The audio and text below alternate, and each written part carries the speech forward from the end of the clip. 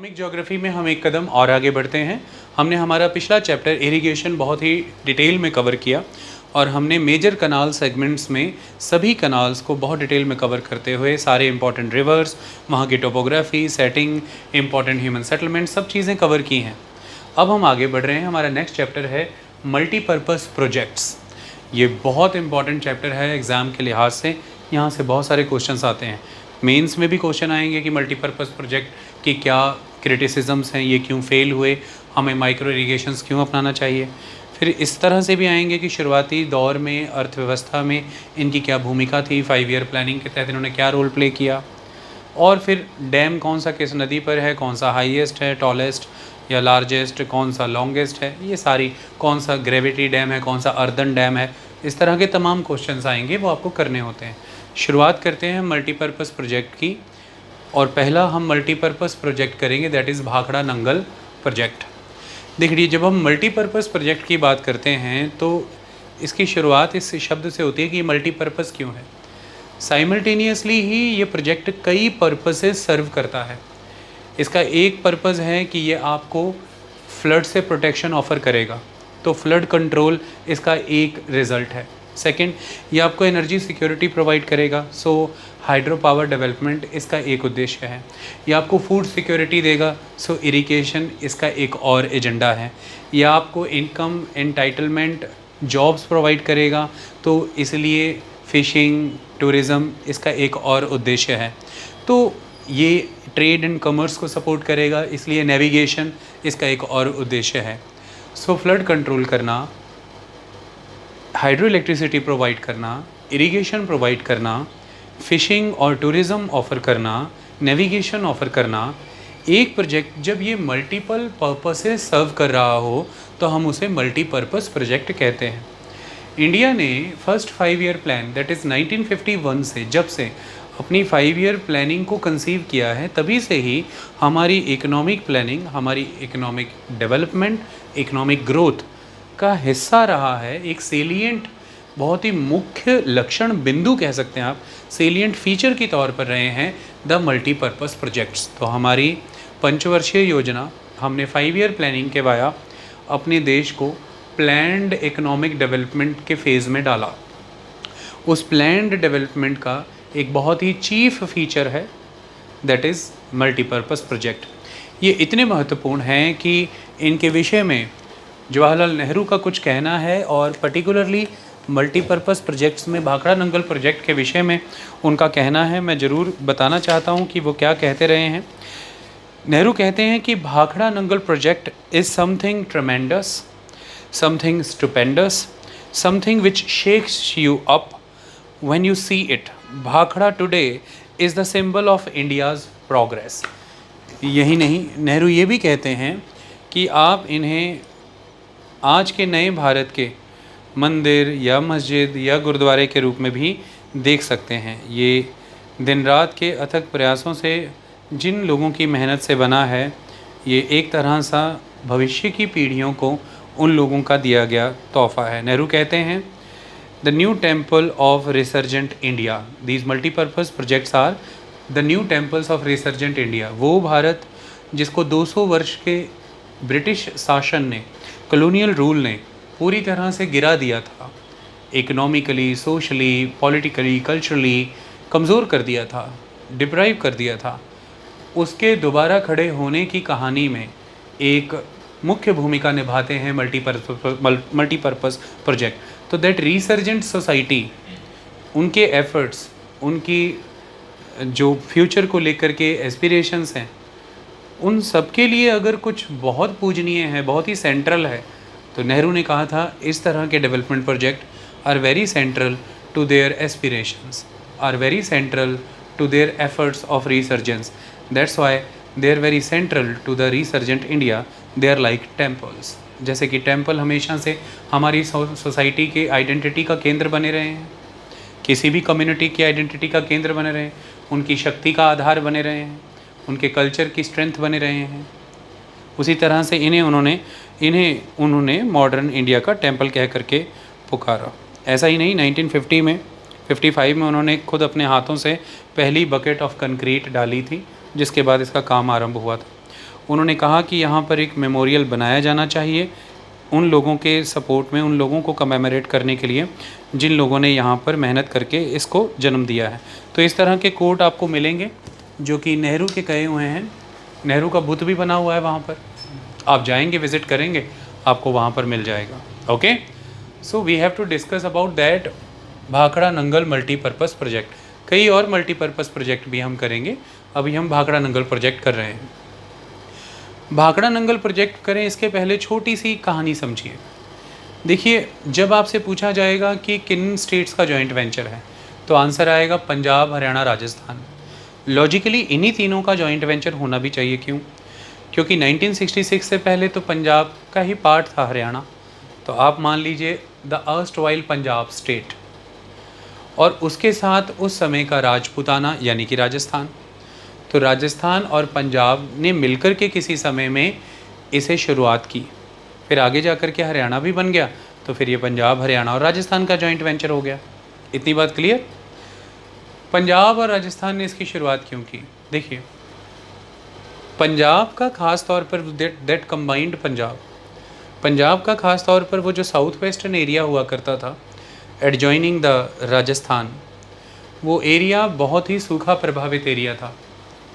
Ancient period से लेकर के ब्रिटिश पीरियड तक लगातार उस एरिया में आने वाले फैमिन्स को लेकर के रूलर इस रीजन को कंसिडर करते थे कि ये अकाल ग्रसित इलाके हैं।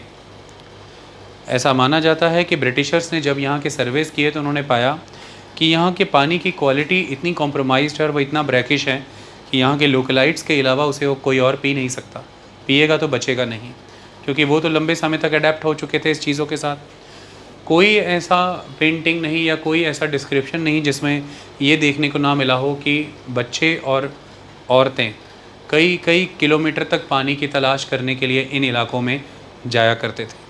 ज़्यादातर आज की डेट में ये पंजाब का सतलुज से दक्षिण का इलाका है, the Malwa belt of the Punjab, और उसी के आगे हरियाणा का पंजाब से लगता हुआ वो सारा इलाका जिसमें फ़तेहाबाद, सिरसा, हिसार, ये सब कुछ भिवानी आ जाता है।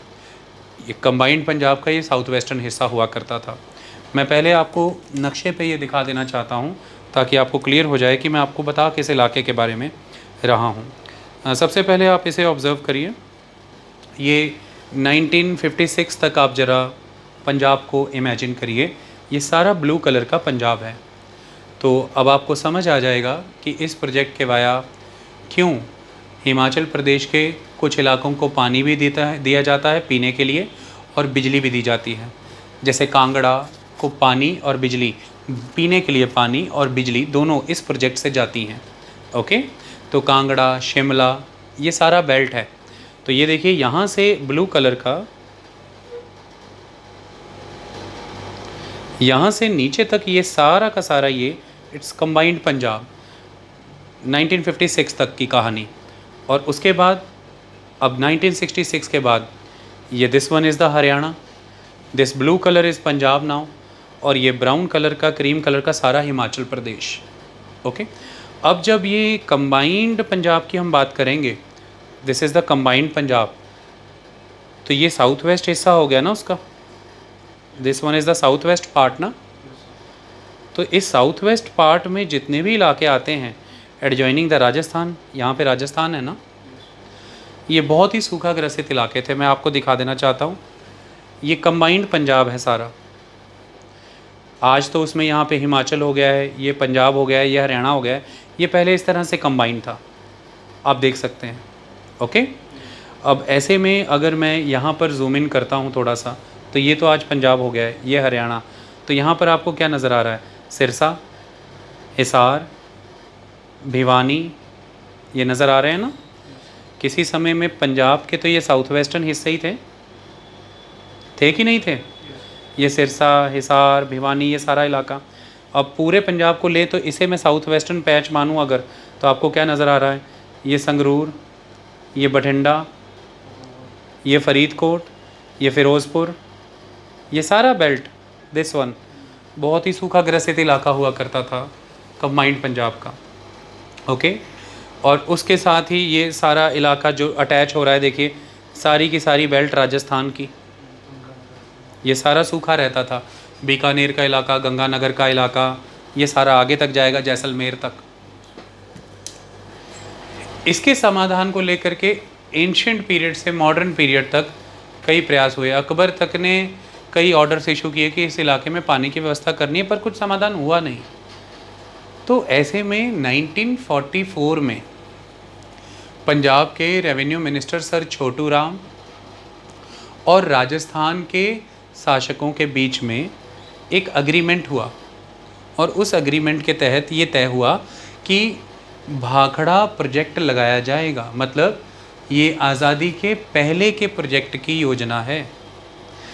1944 में जब ये एग्रीमेंट हुआ, 1945 में प्लान बनाया गया, 1946 में प्राइमरी वर्क किया गया प्लान से एसोसिएटेड लैंड पे, 1947-48 में प्रोजेक्ट की शुरुआत हुई। तो 1948 इज़ द ईयर जब एग्जैक्टली प्रोजेक्ट की शुरुआतें हुई हैं, यानी कि कंस्ट्रक्शन की शुरुआत हुई। प्रिलिमिनरी वर्क 1946-47 में हो गया। 1944 में agreement between the Punjab and Rajasthan. From the Punjab side there was sir Chhotu Ram the revenue minister. तो बहुत से लोग भाखड़ा नंगल प्रोजेक्ट का क्रेडिट सर छोटू राम को देते हैं। ओके, बाकी जो थोड़ी और हिस्ट्री है वो मैं लिख के बताऊंगा। समय आगे बढ़ा, 1945 में प्लान रेडी हो गया, 46-47 में प्राइमरी वर्क हो गया फील्ड पे, 48 में कंस्ट्रक्शन बिगिन हुई। 1955 में एग्जैक्टली डैम साइट पर पहली तगाड़ी कंक्रीट की डाली जवाहरलाल नेहरू ने, और डैम साइट पे प्रॉपर कंस्ट्रक्शन वर्क स्टार्ट हुआ। जो फर्स्ट फेज़ है पूरे डैम का 1963 में कंप्लीट हो गया। सो 1948 से 1963 का समय है इस मल्टीपर्पज़ प्रोजेक्ट के पहले चरण के कंप्लीट होने का, फर्स्ट फेज़ के कंप्लीट होने का।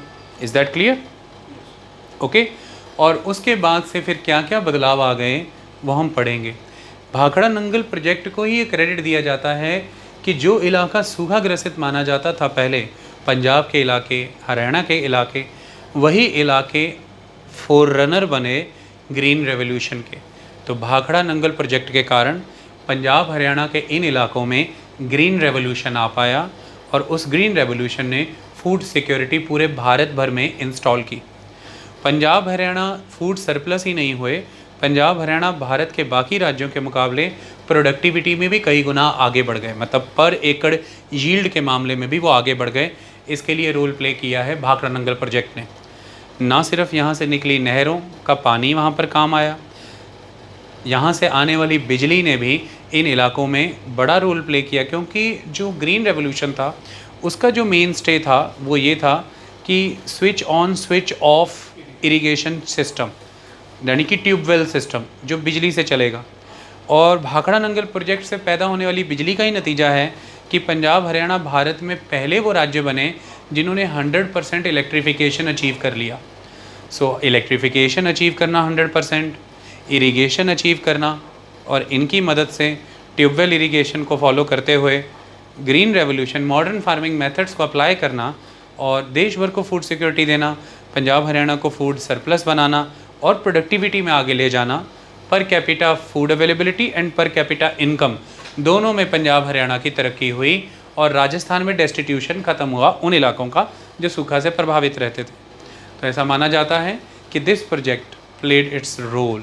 हम बताएंगे सरकारी website Bhakra Beas management board BBMB क्या बताती है इसके बारे में, मैं एविडेंशियल मैनर में दिखा के लिखवाऊंगा, बताऊंगा। ओके, अब हम थोड़ा सा प्रोजेक्ट के वाइज आगे बढ़ जाते हैं। हमें महत्व पता चल गया कि ये बहुत महत्वपूर्ण प्रोजेक्ट है, इतने पर्पसेस इसको सर्व करने हैं, अब हम उसे समझ लेते हैं। ओके, देखिए सबसे पहले भाखड़ा नंगल प्रोजेक्ट ये दो नामों से निकल के बनता है। भाखड़ा एक डैम है वो अलग है, नंगल एक डैम है वो अलग है। तो Bhakra dam and Nangal dam ये पहले क्लियर कर लीजिए। तो क्योंकि एक ही प्रोजेक्ट का हिस्सा है इसलिए दोनों को इकट्ठे जोड़ के कह देते हैं भाखड़ा नंगल प्रोजेक्ट। भाखड़ा डैम हिमाचल प्रदेश में है, भाखड़ा विलेज में है। जो भाखड़ा विलेज अब सबमर्ज हो गया है इस डैम के पीछे बने रेजरवायर के कारण, क्योंकि डैम ने पानी रोका और एक बड़ा सा जलाशय रेजरवायर बन गया और उसमें लगभग 340 गांव सबमर्ज हुए हैं। और एक भाखड़ा गांव भी उसमें समा गया। उस भाखड़ा गांव से नाम आता है इसको भाखड़ा प्रोजेक्ट। अब हिमाचल प्रदेश में ये भाखड़ा गांव किस डिस्ट्रिक्ट का हिस्सा है? बिलासपुर डिस्ट्रिक्ट का हिस्सा है। तो बिलासपुर में रहने वाले लोगों से अगर शहर से पूछेंगे तो उनको एक लेक लगती है, वो है गोविंद सागर लेक। तो वो लोग अपनी छतों पर चढ़ते हैं और गोविंद सागर लेक का व्यू लेते हैं। ये गोविंद सागर लेक क्या है? The Govind Sagar reservoir. ये गोविंद सागर रिजर्वायर कौन सा है? भाखड़ा बांध के पीछे जो पानी खड़ा है सतलुज नदी का, वो पानी खड़ा हो गया, रिजर्वायर बन गया, जलाशय, उसी को गोविंद सागर रिजर्वायर या गोविंद सागर लेक कहते हैं। तो Bilaspur district of the Himachal Pradesh में सतलुज नदी के फ्लो को रोक करके भाखड़ा गांव में भाखड़ा प्रोजेक्ट लगाया गया।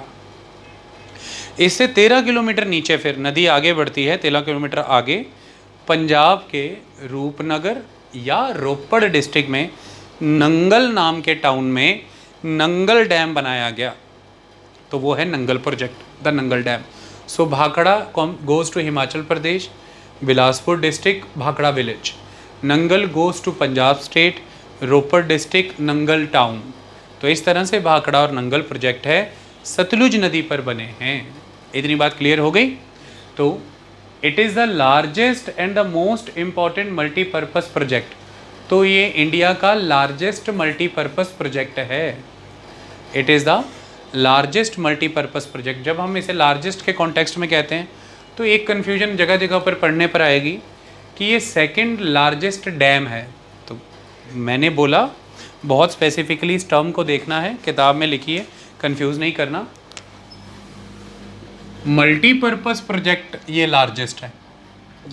इट इज़, मैंने नहीं कहा लार्जेस्ट डैम है, मैंने बोला लार्जेस्ट मल्टीपर्पज़ प्रोजेक्ट। तो देश का लार्जेस्ट मल्टीपर्पज़ प्रोजेक्ट है। सब चीज़ें जोड़ेंगे इसमें, रिजर्वायर के साइज़ के साथ साथ कितनी ट्रांसमिशन लाइंस बिछी हैं, कितना नहरों का जाल बिछा है, कितने लाख एकड़ इरिगेट हो रहे हैं, कितनी बिजली पैदा हो रही, everything when we will include, तो it will become the multipurpose project. In that sense it is the largest.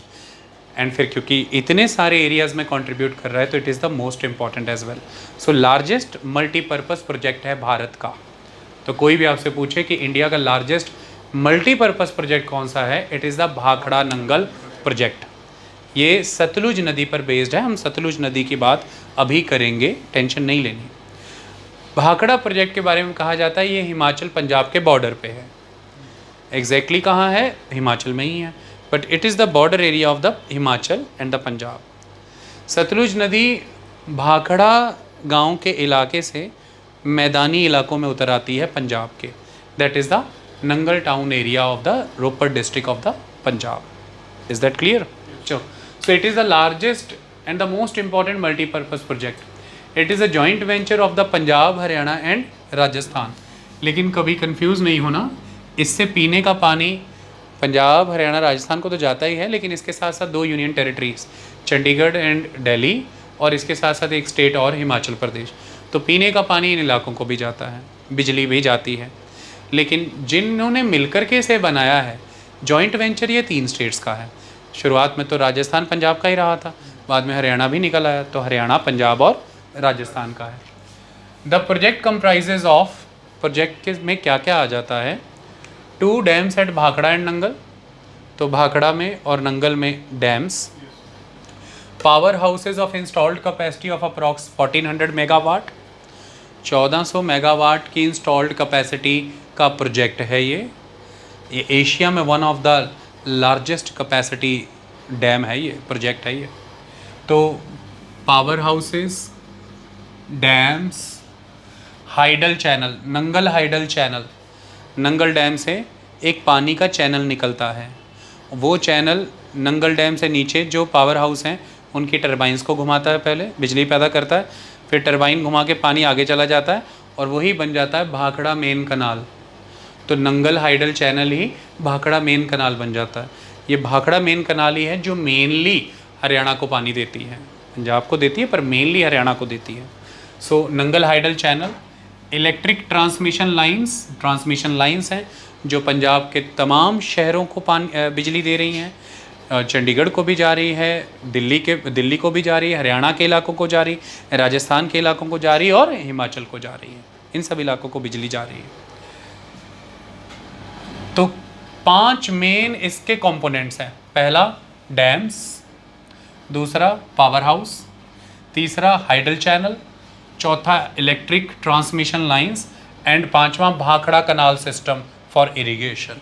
तो 5 main components are there of this particular dam. Okay, अब शुरुआत करते हैं एक एक करके। तो सबसे पहले आता है Bhakra dam. It is one of the highest straight gravity dams in the world. अब मैंने लिखा वन ऑफ द हाईएस्ट, चलिए फैक्ट क्लियर कर देता हूँ, आप अपनी किताब में लिखते जाएंगे, कॉपी में। ये वर्ल्ड का, ध्यान से सुन लीजिए, ये वर्ल्ड का हाईएस्ट स्ट्रेट ग्रेविटी डैम है। It is the highest straight gravity dam of the world. अब यहाँ से एक वर्ड एग्जिस्टेंस में आया कि ये स्ट्रेट ग्रेविटी डैम्स क्या होते हैं। तो डैम्स को हम मेनली 2 कैटेगरीज में देखते हैं, एक ग्रेविटी डैम्स और दूसरे embankment dams. Gravity dams and embankment dams. चलिए मैं आपको समझाता हूँ कि ग्रेविटी डैम्स क्या होते हैं, ध्यान से समझिए। देखिए ग्रेविटी डैम क्या है। सबसे पहली बात, ग्रेविटी डैम वो डैम है, जैसे ये डैम खड़ा है, इसको इसकी जगह पर खड़े रखने के लिए रोल प्ले कर रही है द फोर्स ऑफ ग्रेविटी। इसको ग्रेविटी ने पकड़ा है तो ये अपनी जगह पे खड़ा है। It is, this dam is on its place due to the force of gravity, that's why it is a gravity dam. ऐसा क्यों है? तो ये डैम मेनली कंक्रीट के बनते हैं, मेनली कंक्रीट के होते हैं, पक्के डैम होते हैं कंक्रीट डैम्स। तो ऐसे में ये अपने वेट के दम पर, अपने वजन के दम पर खड़े रहते हैं against the pressure of the water. यानी कि इस डैम को यहाँ से जो पानी ने दबाव डाला, ये उसके अगेंस्ट खड़े हैं अपने वजन के दम पर। और वो वजन ये कहाँ पुट अप कर रहे हैं? That weight they are putting up, that is on to the base. इनका जो ये बेस है उसके ऊपर ये खड़े हैं मजबूत चट्टान बन के इंडिपेंडेंटली। तो ग्रेविटी डैम में हर section, this section, this section, हर सेक्शन अपनी इंडिपेंडेंट स्ट्रेंथ के साथ इंडिपेंडेंटली खड़ा होता है। और नीचे से लगने वाली जो ग्रेविटेशन फोर्स है, जो कि वेट के कॉन्टेक्स्ट में ही लगेगी, उसी ने इसको पकड़ के बाउंड करके रखा होता है। तो ये वेट तभी पुटअप कर पाएंगे, ग्रेविटी से रिलेशन तभी बन पाएंगे जब ये पक्के मजबूत ये कंक्रीट मटेरियल के होंगे। तो कंक्रीट मटेरियल के होते हैं, अपने वजन के दम पर खड़े रहते हैं। ग्रेविटी एक ताकत का काम करती है इन्हें इनकी जगह पर बनाए रखने के लिए। और ये independent, her section of the dam वो इंडिपेंडेंटली स्ट्रेंथेंड होता है, स्ट्रांग होता है, मजबूत होता है, दूसरे पे निर्भर नहीं होता अपनी ताकत के लिए। ओके, इसके अलग मान लीजिए इस तरफ पहाड़ी है, इस तरफ भी पहाड़ी है, दोनों तरफ पहाड़ी है। हमने इस किनारे को पक्का किया, हमने इस किनारे को पक्का किया, एम्बैंकमेंट पक्के कर दिए, और नदी बीच में से जा रही है। बस इन 2 किनारों को, किनारे मजबूत कर दिए, इन 2 किनारों को फिल कर दो किसी मटेरियल से। वो अर्दन मटेरियल से फिल कर दो, रॉक से फिल कर दो, व्हाटएवर बी द थिंग, उससे फिल कर दो। उन डैम्स की ताकत किनारों की ताकत है, ग्रेविटी की ताकत नहीं है। मतलब वो अपने कंक्रीट स्ट्रक्चर के कारण इंडिपेंडेंटली नहीं खड़े हैं, वो अपने प्लेस पे इसलिए नहीं खड़े हैं कि ग्रेविटी ने उनको उनके प्लेस पे रखा है, वो अपने प्लेस पर इसलिए खड़े हैं कि किनारों ने उन्हें बांध रखा है, उन्होंने किनारों को पकड़ रखा है। तो आप उस डैम के मटेरियल को जितनी स्ट्रांगली किनारों से बांध रखेंगे, वो डैम अपनी पोजीशन में रहेगा, मजबूत रहेगा। ओके, लेकिन उससे अलग होते हैं ग्रेविटी डैम। इनको, इन किनारों की कोई टेंशन नहीं है। ये किनारा इधर से हटा लो, उधर से भी हटा लो, सारा साफ़ कर दो, वो बात अलग है, उधर से पानी निकल जाएगा। लेकिन अगर आप किनारे हटा दो, ये खड़े हैं independently, concrete structure with the force of the gravity. Okay, तो इस तरह से 2 होते हैं, एक इधर किनारा, उधर किनारा, बीच में से नदी गुजर रही है, किनारों की स्ट्रेंथ लेकर के माल बीच में भर दिया। ओके, जैसे इधर कुछ है और इधर कुछ है, बीच में आप कुछ इंसर्ट कर देते हो ना, ये बिल्कुल वैसा है जैसा कि नहीं, कुछ टेंशन ही नहीं लेनी। आप बैट क्रिकेट खेलते हो तो बैट है, बैट में हत्थी कैसे लगाते हैं अपन, हैंडल। तो बैट में इधर भी किनारा इधर भी किनारा, बीच में हम हैंडल इंसर्ट कर देते हैं, हत्थी, है ना। अब उस हत्थी की ताकत क्या है, जो किनारों की ताकत है। किनारे उस हत्थी को जितना कंप्रेस करेंगे, हत्थी उतनी मजबूती से उसमें लगी रहेगी, हैंडल। ये एक चीज़ हो गई। लेकिन इसको यहाँ से हटा दीजिए। अब मान लीजिए एक single block of would say ही आपने एक बैट निकाला है, उसमें हत्थी और बैट दोनों सेम स्ट्रक्चर का ही हिस्सा है, अलग अलग से नहीं लगाए गए हैं।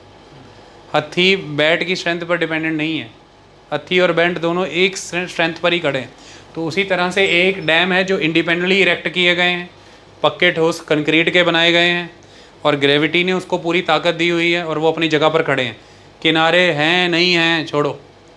लेकिन दूसरे डैम है कि किनारे पहले से ही हैं, उनके बीच ही माल घुसेड़ा गया, टाइटली पैक किया गया है, और किनारों में खुड करके किनारों में उनकी हिंजेस फंसा दी गई हैं। जैसे हम लोग दरवाज़ा लगाते हैं तो दरवाज़ा कैसे लगता है, इधर दीवार है, इधर दीवार है, दोनों तरफ दीवार है, ऊपर भी दीवार है। इस दीवार में भी हम क्या करते हैं, होल करके, और उस दीवार में भी होल करके कब्जे फंसा देते हैं। तो वो जो कब्जे हमने दोनों साइडों में फंसा दिए, उसकी वजह से चौगाट लग गई, और चौगाट में हमने कब्जे लगा के दरवाज़ा लगा दिया। अब दरवाजे की खुद की तो कोई ताकत है नहीं, ताकत किस चीज़ की है, इधर और उधर जो दीवार का कॉलम है उसकी ताकत क्या है।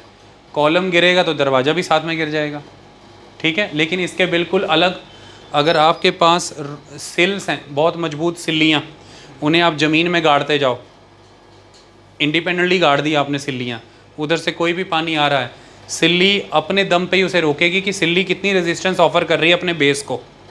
सिल्ली अगर अपने बेस को बहुत रेजिस्टेंस ऑफर कर रही है against the flow of the water, तो सिल्ली ऐसे बेंड नहीं होगी, खड़ी रहेगी। Okay, so how much resistance that erected panel of the dam is of how much resistant that erected panel is offering to its base against the horizontal pressure given by the water, उस पर depend करेगा कि dam कितना strong है। तो इसलिए हम बहुत मजबूती से बनाते हैं इन डैम्स को। तो ये ज़्यादातर कोशिश होती है कि स्ट्रेट होते हैं, हल्का सा स्ट्रेट होने के साथ साथ हल्का सा कर्व देते हैं, तो थोड़े ऐसे से मिलेंगे आपको, जैसा भाखड़ा नंगल प्रोजेक्ट है। तो मैं आपको उसकी इमेजेस दिखाना चाहता हूँ, आप देख लीजिए, आपको क्लियर हो जाएगा। ये देखिए, it's a straight gravity dam, straight gravity dam, किनारों की कोई टेंशन पड़ी नहीं है उसको। It is not embankment dam, earthen dam नहीं है ये। ओके, ये गोविंद सागर झील है, ये आपको बिलासपुर से गोविंद सागर झील दिख रही है, हिमाचल प्रदेश बिलासपुर। ओके, ये है भाखड़ा डैम। ओके, सो अब फैक्ट बताने जा रहा हूँ, इस कैटेगरी में ये वर्ल्ड का हाईएस्ट स्ट्रेट ग्रेविटी डैम है। Bhakra dam is the highest straight gravity dam of the world. First question. अब क्वेश्चन नंबर 2 दिमाग में आता है, वर्ल्ड का ओवरऑल हाईएस्ट डैम कौन सा है। ओवरऑल हाईएस्ट डैम चाइना में सिचुआन एरिया में यालोंग नदी पर, यालोंग रिवर पर बना हुआ Jinping 1 dam, Jinping 1 dam on the Yalong river in China. It is the highest dam in the world, height 305 meters, और हमारे भाखड़ा डैम की हाइट 226 मीटर, ये 226 मीटर का है। और Jinping 1 dam on the Yalong river in Sichuan area of China, it is 305 metre. मैं आपको उसकी भी इमेजेस दिखा देता हूँ, आप एक बार उसे भी देख लीजिए। It is the Jinping dam, Jinping 1 dam on Yalong river. ये वर्ल्ड का हाईएस्ट डैम है चाइना में। So it is the highest dam in the world. इतनी बात क्लियर। पर ग्रेविटी डैम में हाईएस्ट वर्ल्ड में कौन है, Bhakra Nangal dam. Is that clear. अच्छा, अब इंडिया में हाईएस्ट डैम फिर कौन सा है ओवरऑल, तो highest dam in India is the Tehri dam. Bhagirathi नदी पर उत्तराखंड में टिहरी गढ़वाल इलाके में टिहरी डैम बना हुआ है, वो 260 मीटर का है, वो अर्दन डैम है। तो इसलिए ओवरऑल हाईएस्ट, ओवरऑल टॉलेस्ट या कई बार कहते हैं overall largest dam, it is the Tehri dam. पर वो अर्दन डैम है, इसलिए हाईएस्ट या टॉलेस्ट या लार्जेस्ट ग्रेविटी डैम कौन सा है, वो भाखड़ा डैम है। अब सारी कन्फ्यूजन्स क्लियर हो गई। लार्जेस्ट मल्टीपर्पज़ प्रोजेक्ट कौन सा है, वो भाखड़ा नंगल मल्टीपर्पज़ प्रोजेक्ट है। टिहरी प्रोजेक्ट लार्जेस्ट प्रोजेक्ट नहीं है। पर कई बार लिखा होगा लार्जेस्ट डैम कौन सा है, वो टिहरी डैम है, या टॉलेस्ट या हाईएस्ट वो टिहरी है 260 मीटर। सेकंड लार्जेस्ट या टॉलेस्ट या हाईएस्ट उस सेंस में फिर कौन है, भाखड़ा। ग्रेविटी डैम के मामले में इंडिया में हाईएस्ट कौन सा है, भाखड़ा, और वर्ल्ड में भाखड़ा। ओवरऑल वर्ल्ड में हाईएस्ट कौन सा है, जिंगपिंग 1। तो चलो क्लियर कर देते हैं, पूरे वर्ल्ड में highest Jinping 1 China Yalong river. India में overall highest Tehri dam Bhagirathi नदी उत्तराखंड टिहरी गढ़वाल, डन। वर्ल्ड में और इंडिया में highest gravity dam tallest gravity dam Bhakra. Is that clear now? और Bhakra is on the Sutlej river. तो ये आपको मैं एक पिक्चर और दिखा देना चाहता हूँ, टिहरी डैम। ये देखिए, पानी जब छोड़ा जाता है ये आलम होता है, बिना पानी छोड़े जाने के ये। और आप देख सकते हैं पहाड़ियों की हालत क्या हो गई है, सारी पानी में डूबी पड़ी है, पहाड़ दिख ही नहीं रहे हैं, ऐसा लग रहा है जैसे कुछ है ही नहीं। तो पहाड़ सारे डुबा दिए जाते हैं, पीछे जो रिजर्वायर बनता है उसमें सब डूब जाता है। तो दैट इज़ द कॉन्सेप्ट। सो क्या लिखा है कि Bhakra dam one of the highest straight gravity dams in the world. Okay, तो अब वन ऑफ द नहीं, बुक में ऐसा लिखा था, अब आप क्लियरली लिखिए highest straight gravity dam in the world.